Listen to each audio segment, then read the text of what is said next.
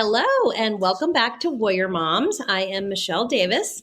And I am Amy Durham, and we are so grateful to have a whole group of women here today with us, Michelle. We met them all at the retreat that we had about a month ago, I guess, and I'm just so grateful that they chose to be on here with us today, and just share a little bit about what the retreat was like, what it's like to connect with other women that are in the same storm.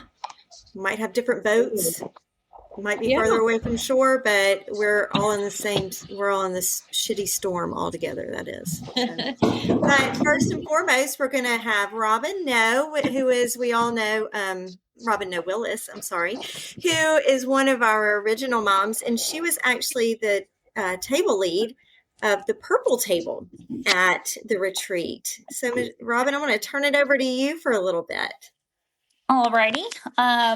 Like she said, I'm Robyn Willis, and I lost my children, Sean and Morgan, in a tragic house fire on October 5th, 2019.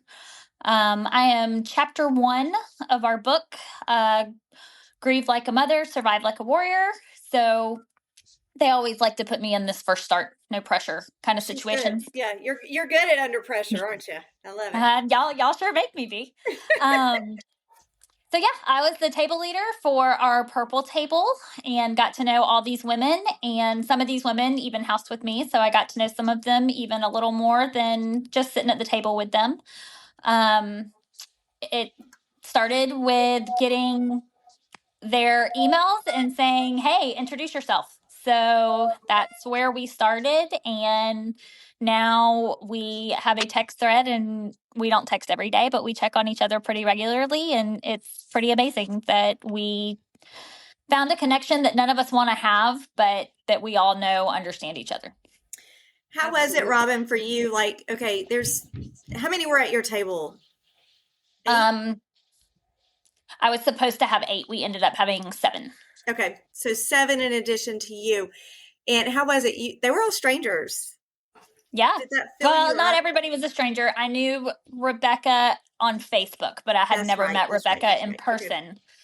But everybody else, yes, it was the first time seeing any of their faces, but it was the first time even talking to the majority of them. So it was definitely nerve-wracking. I know where I try to be in my own grief, but knowing how to be there for other people is really hard sometimes because I don't want to say you're going to say anything wrong because, I mean, we all know what. Yeah. We all understand worry about it. Even walking in this boat, you still worry about saying the wrong thing. Yeah. And so, just wanting to be there for them and helping them the best way that I knew how, and let this retreat just touch their heart and let them feel the impact of everything. Definitely took some praying and some prayers to make sure that I felt like I was in the right spot to do that. But I hope that I did a good job and that we all did a good job, and they left feeling better than when they walked through the door. So. Absolutely. And that was, when Amy and I were sitting down and planning this, that was such, an integral part of the retreat was, yes, we would have speakers. Yes, we would have activities and things, but the warrior moms being at each table was just going to be incredibly key, I think. And so let's start with you, Chesley, and what was your experience? So just walk us through walking up to the barn, walking into that first place. Just how did it feel for you? So I think one of the things that I remember about, I didn't want to leave my house to even go there. Because it just wasn't a place that I wanted to be. I know that sounds bad, but it's like, you just don't want to be a part of this club. So walking in, I was very nervous. But I met you guys. I met Amy first, and she was such a light to me. And then I met Robyn, and it was really good for me. I feel like even though it's been 5 years since I lost my son, I haven't really dealt with the grief. I haven't really sat in it. And that's a really long time to just not. But I know my mom, I have a son who was like a year and a half at the time. And she's like, you have to stop crying for your son. You have to be a mom. So it was like from that day until this retreat, I realized that I had put all of my feelings kind of down, just pushed it down and just not really sat and dealt with it. So this retreat was very heavy, very overwhelming. It was almost like I was just reliving it in the very beginning. So it was really heavy, but it was much needed. I feel so much better now that I've realized what I need to do Jolyn, as far as working through it. where do you range on what Chesley said? Like, does that resonate? Did you have similar feelings, different ones?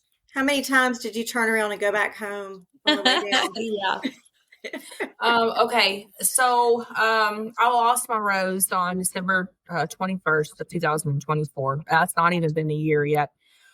And I had heard your guys' podcast, and it really, really helped. And then I heard about the retreat, and for me, it was about a 6-hour drive coming from Kentucky, and I was really excited to go. And then once I got my stuff packed up and in the car, I was like, I don't think I can do this. Mm-hmm. I shouldn't leave my family. And my husband, he's like, no, you have to go. He's like, you need to go. So I got in the car and I drove, and the whole way I was really nervous, and I was like, I don't know anybody. I don't know where I'm going. I got there late. Everybody was already kind of doing their thing. It was very nerve-wracking, but I needed it so much. I felt seen. I felt understood. I felt heard. Nobody asked me about Rose here. At Thanksgiving, we didn't even have an empty chair for her. But I got to talk about her all weekend. Yeah. And it did. It made me feel better. It made me want to help people. And I brought back what you guys have said and tried to help people here. And honestly, it makes me feel better. Like, I'm still sad and I'm still heartbroken and everything still sucks. But like, I do feel like when I'm taking what I learned at the retreat and feeling the togetherness with all of you, that bringing it back here and doing that for some of the women I know here, it does help, and it makes me feel better. And you had your very first meeting in Kentucky 2 weeks ago? Yes. 2 or 3. Okay. I had 5 women show up. It was supposed to last about an hour. I think it was 8:30. We started at 5:30, and it was 8:30 when everybody was like, "Oh, I should go." Of course, it was sad. But something Amy had told me before when I spoke to her on the phone, she's like, "If you keep it positive and talk about the good things, it'll stay that way. But if you go sad, it's gonna stay sad." So I tried to keep it positive. And I think everybody really liked it. Now me and those women have a text thread, and we check up on each other, and then we have our next meeting in 2 weeks from now. That is so beautiful. Wow. I love That that. is absolutely incredible. Good job. I know that had to be hard in and of itself. So Lindsay, let's think about the role I think that Robyn played in helping, and you certainly can add on to how you felt as well coming in. And then let's move into talking about just how that was helpful to have someone who's walked this path at your table. Just like the other ladies, I did not want to come. I think I did not pack until 15 minutes before I was supposed to walk out the door. My drive's not that far. I was only about 30 minutes away. But the whole way there, I just wanted to turn around and come back home. Very new. So my son passed on January 20th of 2025. Mm-hmm. So Robyn was the best person that could have been at our table for me. Because I hear about people's kids that have passed, and no offense to anyone, but a lot of times they're older than 12. 12's a hard age, middle school. I'd give anything to have had high school.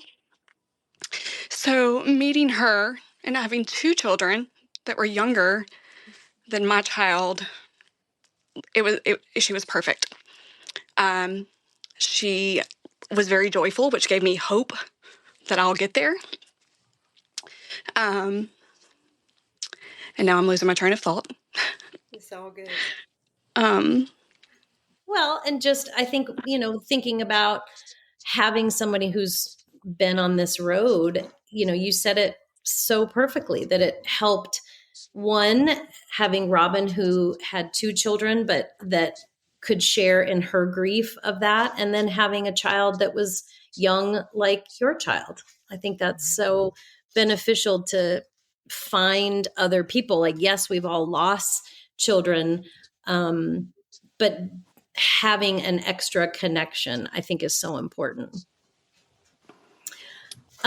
Rebecca, thinking about that, we had affinity groups where, you have your table group, and I'd love to hear from you how your thoughts about walking in and the table, but then also thinking about, meeting with groups of people, like just what Lindsay said, who are similar, either in age of your child or in circumstance.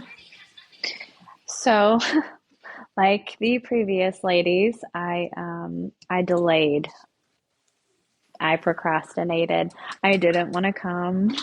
I wanted to meet Robyn because Robyn and I had kind of been chatting back and forth. But as far as actually coming somewhere and talking to a bunch of women who are going to be grieving, I was not comfortable with that.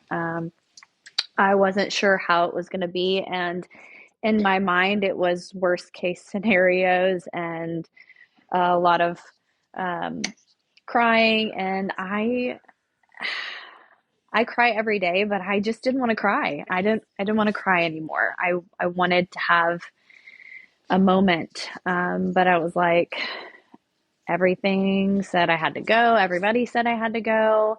And so I procrastinated, but I was late, very late, and walked in, and everybody was kind of in PJs and comfortable, and they were very welcoming, and it was a relaxing atmosphere. And they asked me about my Emily, and that was where it was like a little bit of a thaw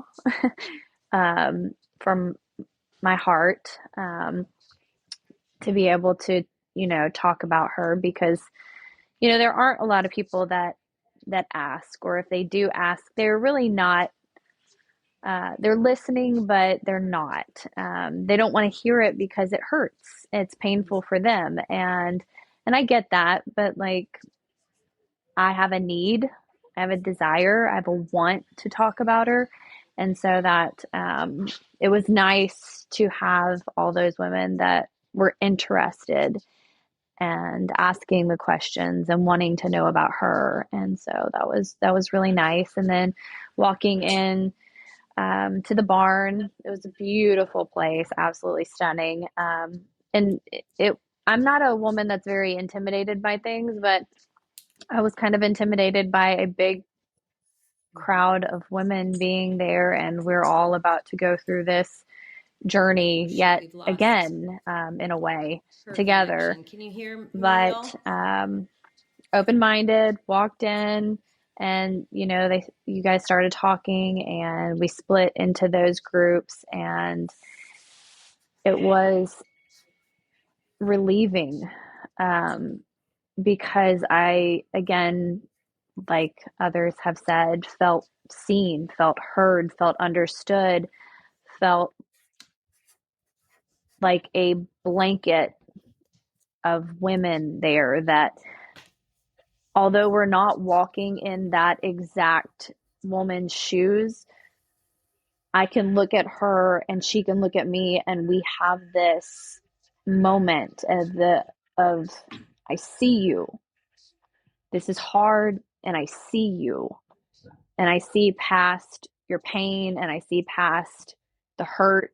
I genuinely see who you are as a mother, as a person, as your grief. And it was more than I thought it would be. I love that. Is more as in more emotional or just more better? Better. Like But better. more emotional or more just overall goodness? Overall goodness, because even though we all were grieving at the same time, even though we all had tears in our eyes and we are suffering through the suck of it, we were together. And it wasn't a room full of women just crying all the time. No, which is kind of what you see when you think about, I'm going to go to a bunch of women that have lost their children. Oh, everybody's just going to be crying the whole time. And I think that's what it is. But we were also smiling because we were talking about our children as if they were still there with us. And we had to talk about the bad parts of it, but we were also talking about the good parts of them. And I got to learn about some of the best parts of these ladies' children. And I would have loved to have met them. And I would have loved to have been friends before this. And I'm glad that I get to be friends after. Yes. Susie, I'm going to put this question onto you now. What did you think about the table and the retreat and just say what's on your heart? Well, I didn't want to come either. And I live in Dayton, Ohio. So I flew. So I had a lot of time to contemplate everything as I'm traveling and sitting in an airport and sitting on the plane. And then someone there that was coming to the retreat picked me up at the airport. And so we had a chance. I had not met this person in person. So I had the ability to develop a unique friendship on the way there from the airport. And when I walked in the barn and met Robyn, I couldn't really speak. And Robyn just warmly assured me it was going to be okay and was just very, very kind and then shared her story. So we just had this time, just the two of us talking before we got to sit down and get to know everybody. And there was a lot of things that I'll probably never forget about that weekend. And there were things that were surprises that were really hard, that I felt like I was swallowing extra hard. Walking outside that Friday night and seeing the luminaries, I had no idea what the pictures were going to be for. And I kept stalling when they kept sending me emails to send a picture. And I didn't want to do it. I just didn't want to send that picture. And then when I saw the luminaries, the lady that picked me up at the airport, her son's luminary was right beside mine. Oh, gosh. And there was no one that would have known to do that. So that was a little hug that I felt like that I had. And so there was lots of things, throughout the weekend that were really difficult, hearing all the stories. But then there was moments that I felt were a little lighter and a little softer. And, the breakup of putting a plant in a pot and a hayride and those kinds of things. And then all the sweet touches, the takeaways, the picture of everyone. I've shared that with other people because when you look at 65 women all together, that's pretty astonishing, of all those moms coming together for that very reason. And I don't think, yet mine's just a little over a year. It was November 8th of 2024 for me. And so to be together with that amount of ladies that are hurting from child loss was just incredible, in a sad way, but yes, also a comforting way to be able to connect with one another.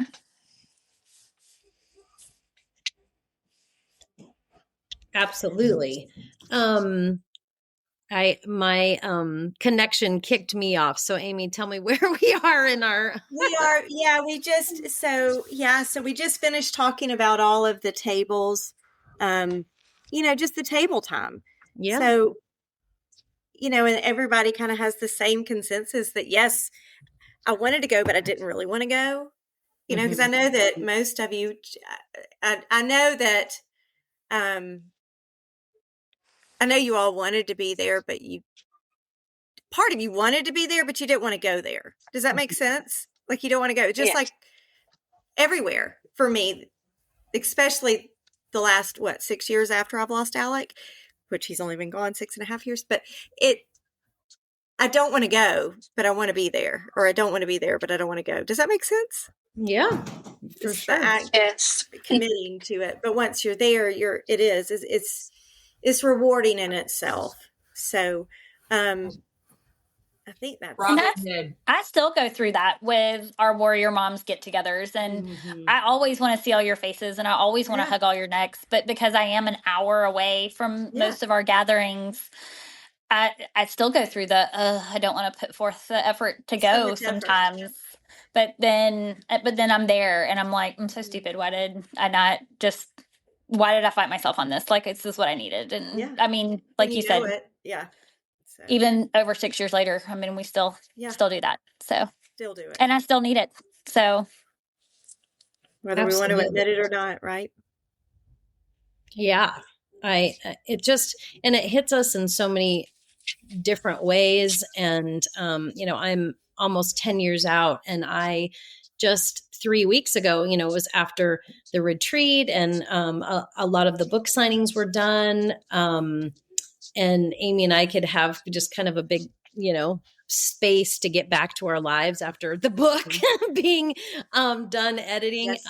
But having that space all of a sudden was really, really hard for me. I mean, I crashed so hard for 3 weeks. I slept more than I've slept since probably year 4.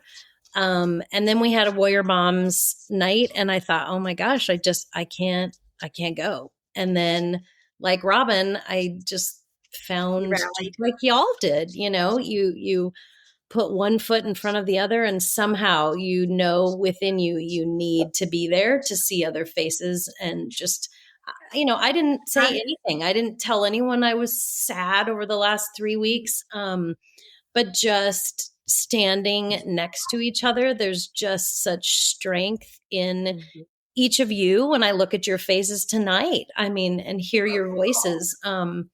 Just the love that we carry for our kids, and the missing takes just a strength that is almost supernatural, not human.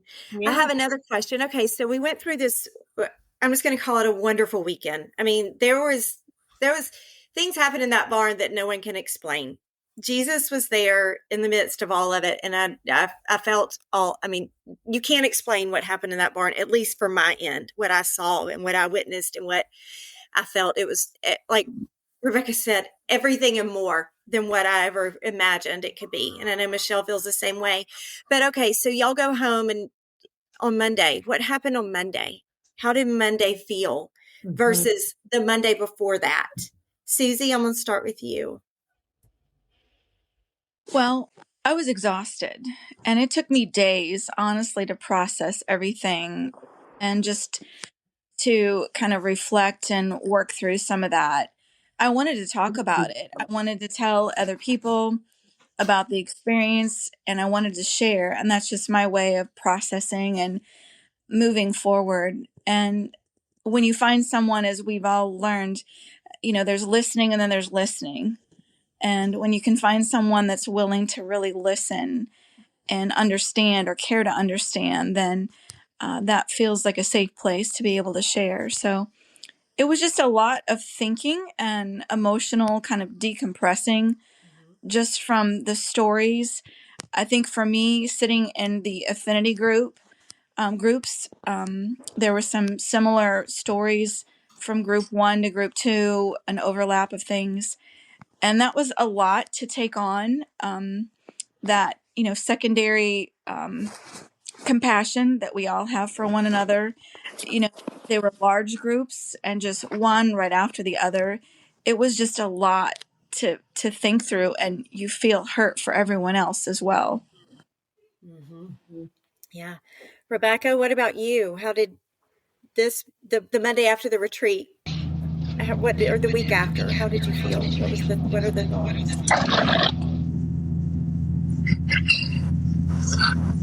I think she's frozen.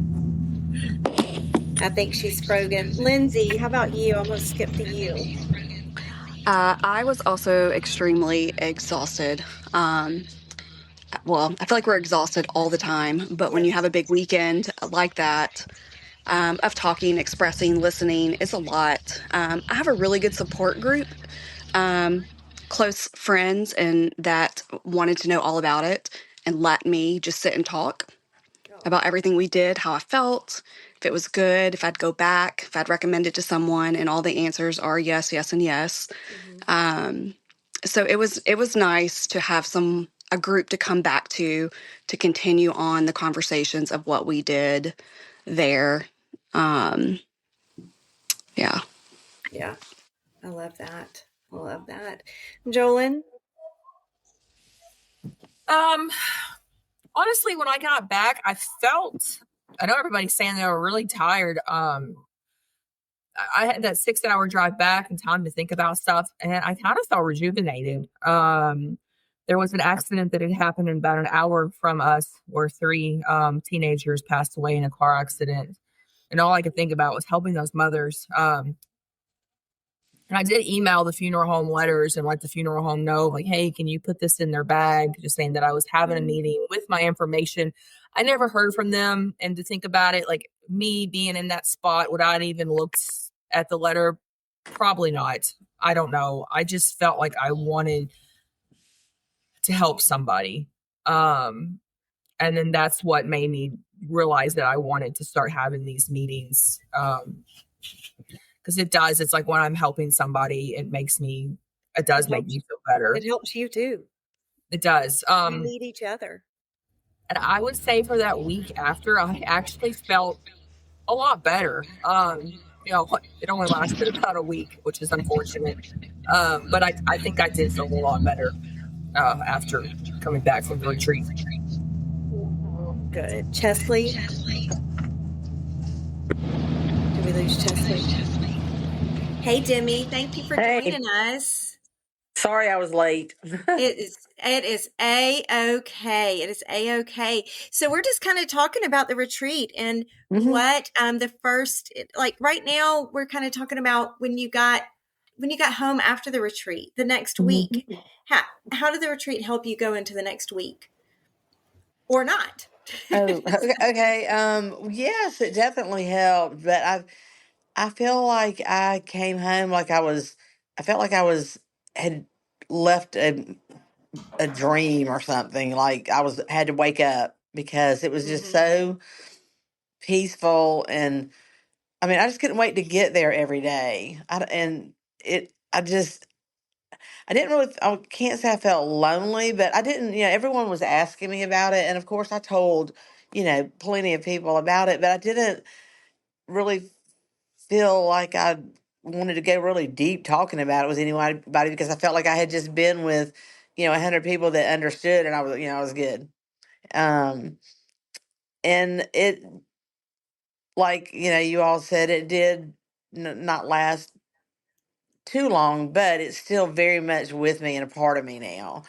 And it was honestly the most amazing thing I've done in 5 years, really, really and truly. And I know you all may think it was simple and it was just, getting together and, talking and eating and doing a little craft. And I still have my plant, it's alive. But it was so much more. It was nothing like what I expected. Like everyone else, I almost didn't come. Yeah. Yeah. Well, I'm glad that you all did.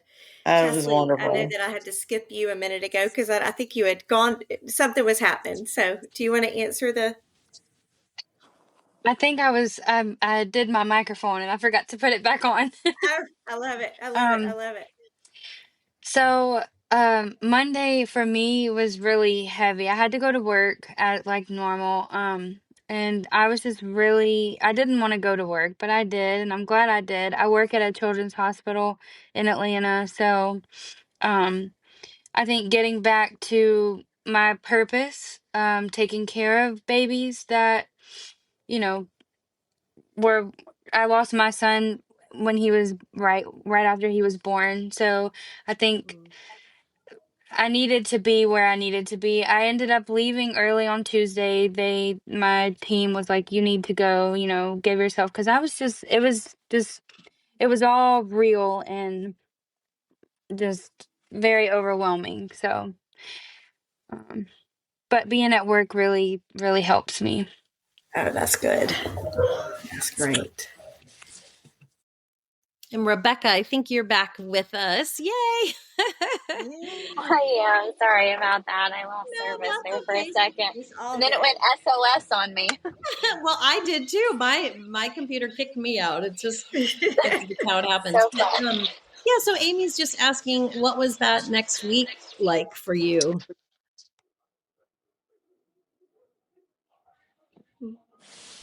it just felt very sacred, sharing those moments with those ladies, and I felt a sense of peace coming out of there, and like I said, understanding and being seen and being felt and being heard, that you don't get from your friends and family, because even though they understand, they don't, as much as they try, they don't.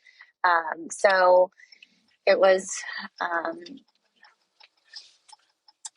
didn't talk a lot about it to other people, but I felt very peaceful about that weekend, and in a way that I haven't in a while. So it was surreal. It was very surreal. And I took some time after everybody had left the barn and just went and sat in the swing, because there was that cool swing in the barn, and just kind of sat there for a little bit and just had a moment with my Emily luminary, and just took some time to really take it in over what I had experienced over that weekend, and the women, and thinking about them and praying for them. And it was a really good moment for me. I love that you took that space, Rebecca. That is something I think that all of us could be reminded of. I know, we talk about that, where we like, I know, at least for myself, I just stay busy, busy, busy. Yes. And She stays busier than anybody I know. But that's so important, I think, is to do exactly what you just did, is just sit with Emily, just have that time and space, and think about these new friends that we have. And I just think that's beautiful. I love that. So we just went through one of the holidays of the season, y'all.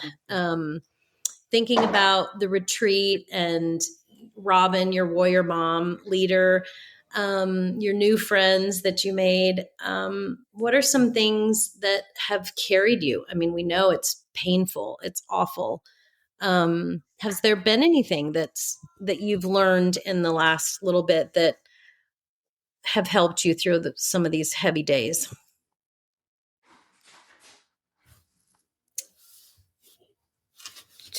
Chesley, do you have?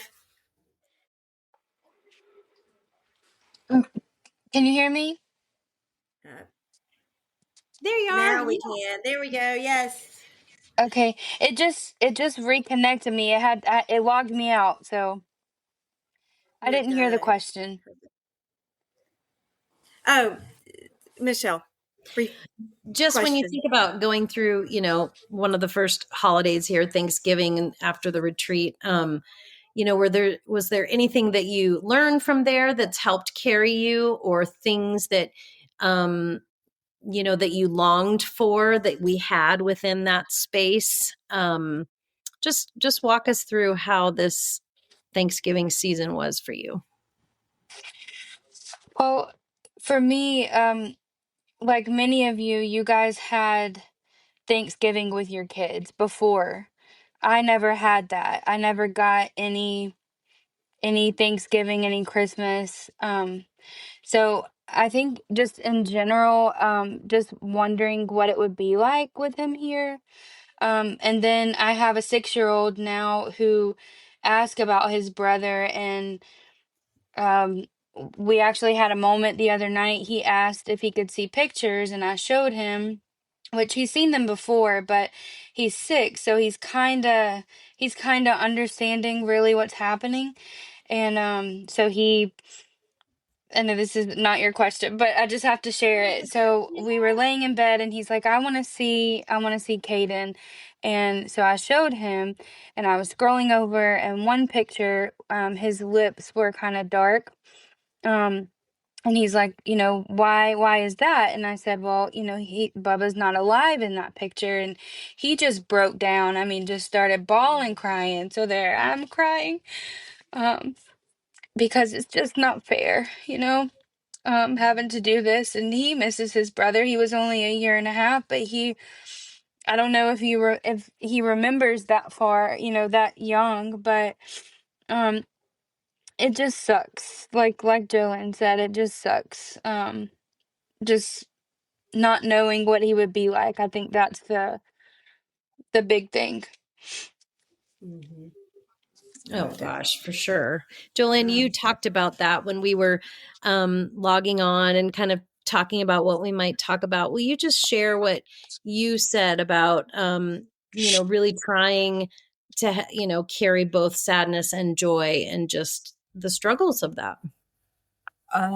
So with you guys and then other bereaved moms, it's like carrying grief with gratitude. How are we going to do that? Like, let's do both. And since this has happened, honestly, I've tried to be really intentional with things. I've even had other bereaved moms that are several years in, and they're like, "You're really intentional with the things that you do." And I don't want to feel like this forever. Like, this sucks a lot, and I hate it, and I want to feel better. I have a husband and I have a 9-year-old son. So even with trying to be intentional with those things and with the things that, you guys have taught us and that I have learned along the way, I didn't want to do Thanksgiving. Mm-hmm. I didn't want to do it at all. I did it for my son. I did it for my mom and my family that lives here. I went through the motions. I still cooked the food. We went up and we ate. But it sucked and I didn't want to do any of it. I just kind of did it for everybody else around me. I always used to say that I existed. I existed in the moment. I was there, existing in the moment, but eventually the feeling of being in the moment will come back one day. I can't tell you which Tuesday it'll happen, but it'll come back. I was just telling Bart and Isabel about just feeling like existence, especially that first year of just existing through the year.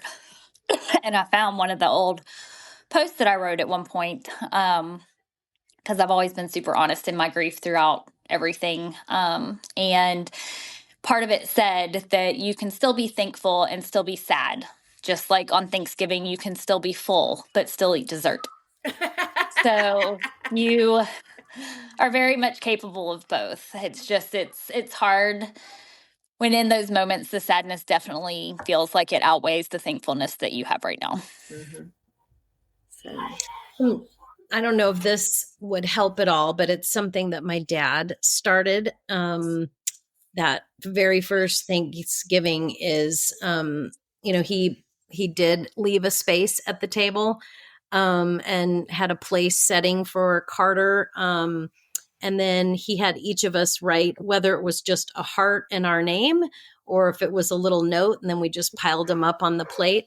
And, I'm 10 years in and we still have a plate, and we've gathered little, whether it's a candle or little angels, those type of things. But I mean, one of the things I just, I encourage all of us, including myself, is to talk about your loved ones, even if you're going to cry. put a place sitting there, and even just bust in and say, I want to address that I'm sad, and just want to say I miss Carter, but I'm thankful for him. And part of that's okay. And that crying together creates community, just like what we did. And our loved ones are sad, missing them too. And it all of a sudden creates a new space for just all of us. Well, and something that I've learned too over time is my family's not the one that's going to set the place at the table.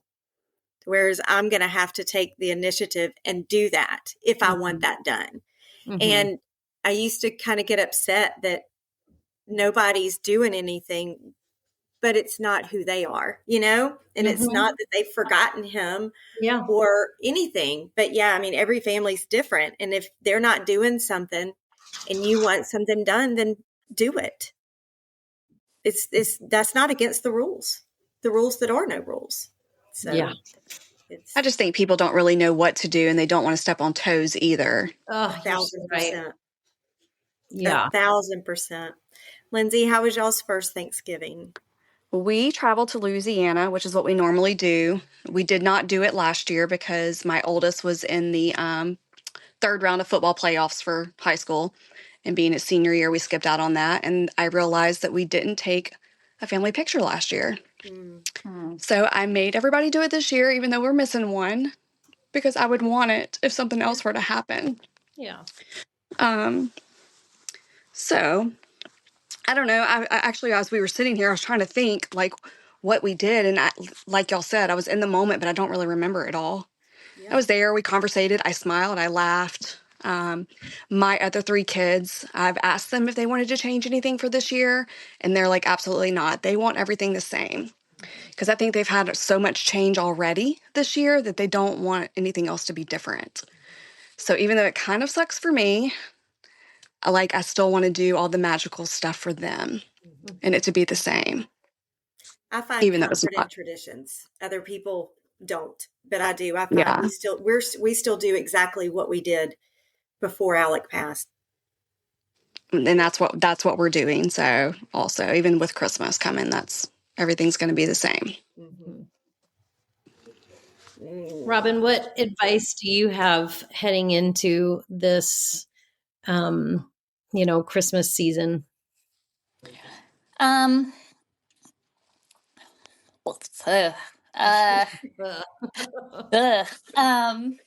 It's hard because my first year was just very, very different than everybody's, because I literally had lost everything and didn't have to be strong for anybody else and didn't have to follow any of these traditions, and just kind of said, screw it, I'm running away and I'm doing what I want. So it's hard a little bit for me to give advice in that realm. So, but the next year when I had a boyfriend and his daughter, and which is now my husband and my bonus daughter, but starting those traditions over and seeing the joy through a child's eyes again was a hard and wonderful moment all at the same time for me. So getting to start some of those traditions again in a completely different light was good, but I would still have to take my moment sometimes. And even though Isabel never met Sean and Morgan, she could just tell sometimes. And so she would know, and Bart would know, like, okay, we're going to keep doing this, but Miss Robyn needs to go take a break for a minute. So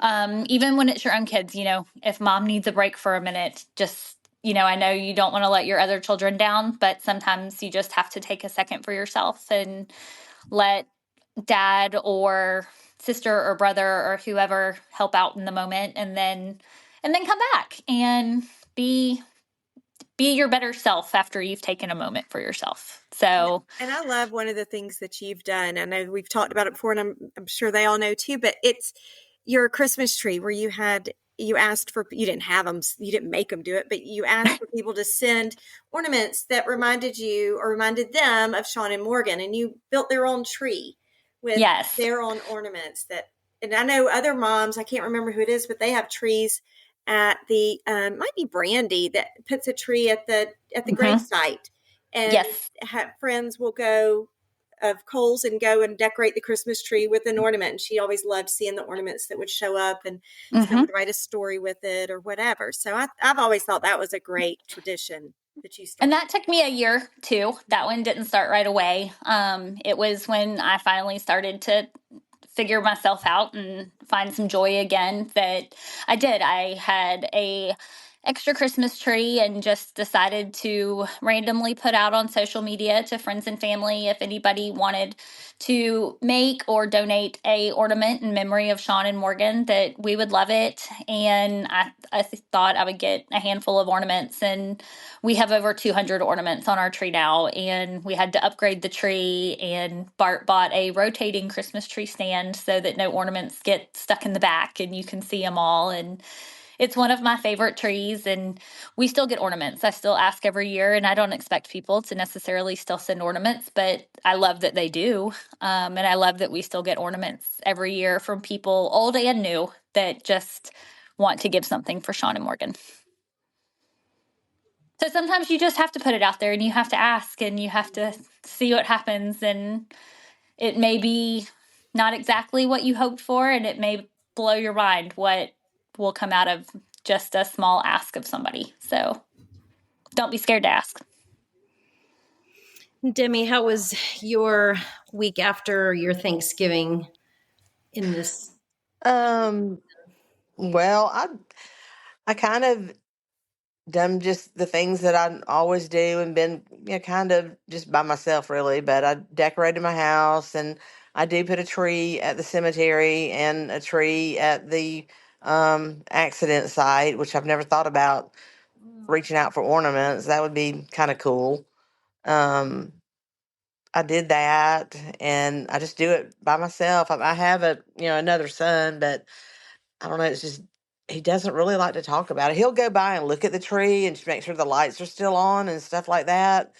But I just kind of do those things on my own. And but I did enjoy family time and all the things, and just going places, just making yourself do it. Like somebody said, I did the motions. I did the dressing. I did the gravy. I did the cranberry sauce. And I mean, just all the things. But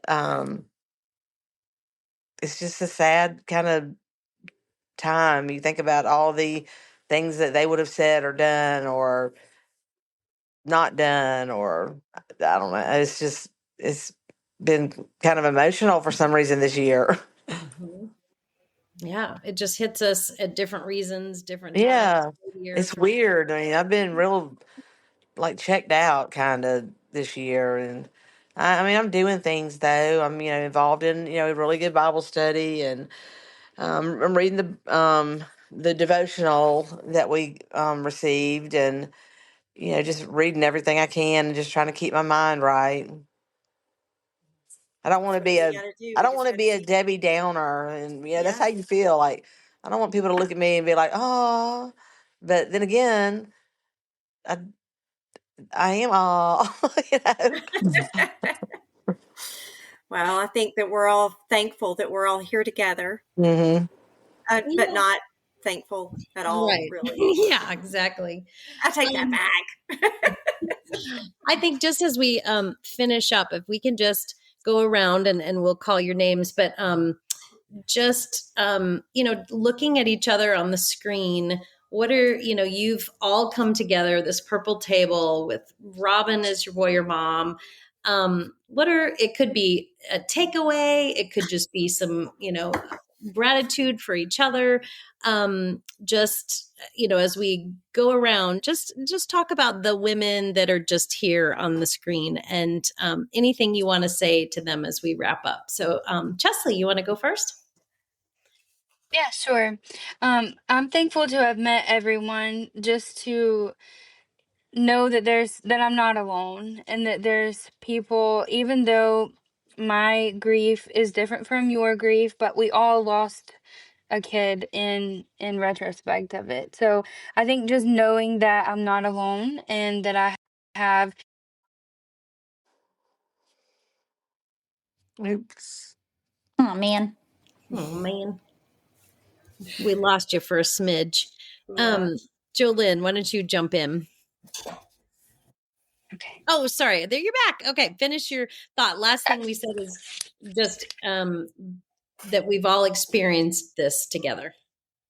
Yeah, basically I'm grateful to have met everyone, just so that I know that I'm not alone and that I have, people that check on me and think about, the hard days and all. So I'm grateful that I've met everyone.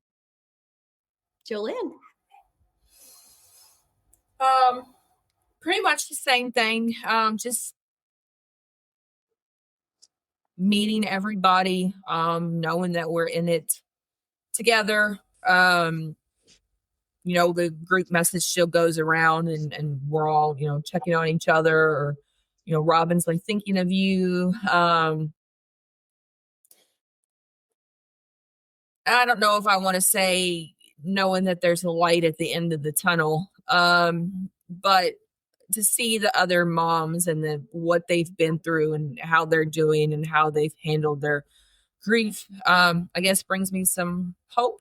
And I hope that it brings other women here hope that we can find joy again. Love it. Lindsay. I'm also thankful for our little table of complete strangers. And we have a whole new support team within each other that actually completely understands. Even though our children are different ages, it hurts the same. It all hurts the same. And I look forward to following you ladies throughout this journey and finding our joy, no matter how long it takes. That's right. Rebecca. Yeah, I think the key word everybody's using is thankful, and the gratitude that goes with all of it. We're all embracing the suck. And we're all like, I'm just being honest, we're embracing the suck, and that's about all we can do. We get up every morning, we put our pants on, and we wonder at the end of the day how we got those pants on. Honestly, I mean, there are days Yes. where Some days mine are is the ones from the day before and the day but before that. but to know that it's okay, and like that's what I've told myself. I've tried to tell myself without talking to you guys, before I talk to you guys, like, my journey through grief is okay. It's not going to look the same as everybody else. It's not going to be the same as everybody else. And it's okay. And that's what I've told myself. But then I came into this group and I was able to not just say it to myself, but to say it to other people and have them say it back of like, yeah, you're right. We're okay not being okay. Like, and that's just where we're at. And that's okay. That's okay that that's where we're at. And so, being here, and that's what I call it. I'm just here. That's what I say. People ask me, "How are you?" And I say, "Well, I'm just here." And what that looks like for me is, I'm present and I'm watching and I'm looking, and some days it's just body and some days it's all of me. And again, all of these women understand that, not just mentally, but physically and to their core. And it's like holding your best friend's hand. And that's comforting, and it's nice. It's nice. Susie, you're next. I think a big takeaway for me from all of it was seeing the strength of every one of those moms come. Sometimes it's all we can do to muster to get through getting up and getting a shower and getting our clothes on and going to work or whatever it is that we're required to do. And, some days it was just literally for me literally telling myself, take another step. And it felt like I always said it was like living in a black and white movie in slow motion that I wasn't in, but everybody else was in the movie. Like today, it's the Monday movie, and I'm not in the Monday movie. It just happens to be playing, but I'm watching everybody else live out the Monday movie. So when we were all sitting there and all in a room together, we were all in the same movie. And that was kind of the metaphor in my mind. And just the strength that it took to get there, to sit there, to listen, to be present there. That was incredible strength. And then the friendships and the relationships that were developed that were bigger and better than what I ever had anticipated. You know, I shared at the beginning that I met somebody that we had been texting, and she lives in Atlanta, and she was a key person of how I found out about all this, because I would have never heard about it living in Dayton, Ohio. But when I look back and I see all the pieces come together of how the events were orchestrated for me, but also for everyone else, of their story of how they found out about it, it's not an accident. To be able to connect, to want to get together, and then the gratefulness of all those pieces of being able to have that just friendship that took place with complete strangers. It's beautiful. Demi.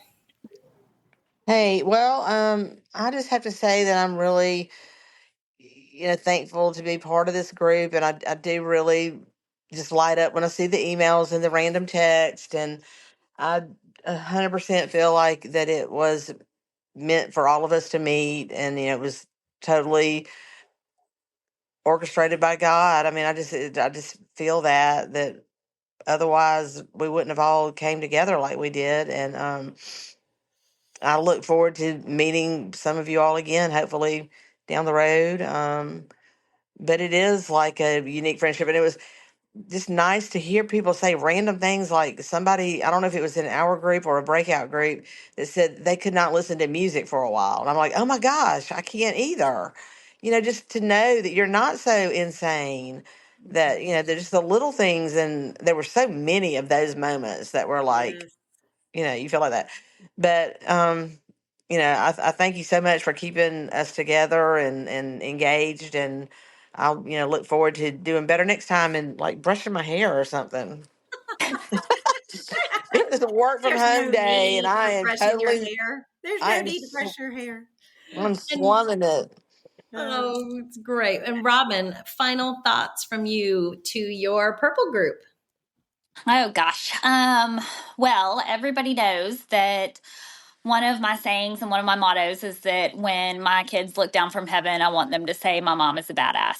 So I am thankful that God and Amy and Michelle and our group gave me the opportunity to meet all of y'all and get to know not just y'all, but your angels and your stories and the friendships that grew from it. And I hope that my story can help y'all, and that finding ways to turn our pain into purpose is just something that we can all learn to strive for and do better at. And that when all of our kids look down from heaven, they will say, "My mom is a badass." Oh, heck yeah. Oh, heck yeah. And speaking of, I know that Sheila McConnell and Cindy Lockhart are starting a group out in the Oconee area, Lake Oconee, Eatonton area. So be on the lookout for all of that. I know Jolyn has one up in Kentucky. And I know that there are several others that are going to be starting. I know one is going to be starting in Beaufort area. So I know that there's, coming after the first of the year, things are really going to be, and that's been my dream for all of you women out there that have lost a child, is for there to be little pods of moms just together talking, saying, "You too, I'm not crazy, Demi." You don't know how many times I've said that to Michelle about just random things, and I was like, oh God, thank God, that's grief. That's not me losing my mind, my marbles yet. But it's, and we need that. We need those people to make us feel normal in this world of abnormal. And that's just the way it is. And that's Absolutely. just, yeah. So that's my.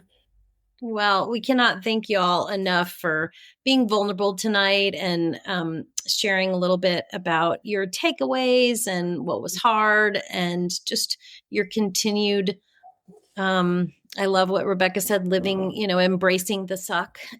And That was good. That was great. and we're just so thankful. So thanks for being the first table, Robyn, and pushing us forward. I love it. Sure. Love it. Always here to be the guinea pig for you guys. No problem. Love it. Yeah. Well, we love love it. you all, Okay. and just sending you a hug over the screen.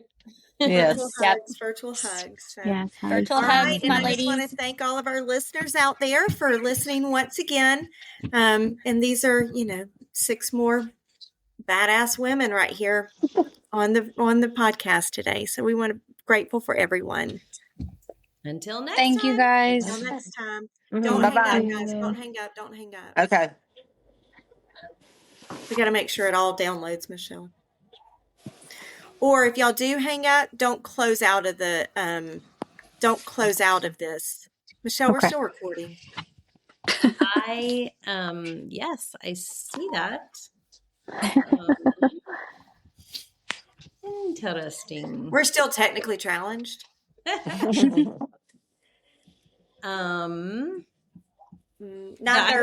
don't have a stop, Amy, on my screen. I bet because it kicked me out.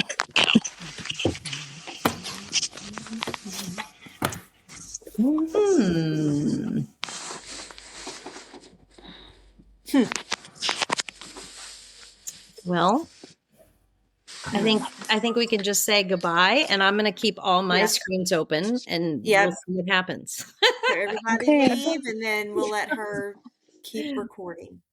Okay. Bye, guys. Close the computer down yet. All right. Bye, guys. Bye-bye. Thank y'all. Bye. Have a good night. Y'all too.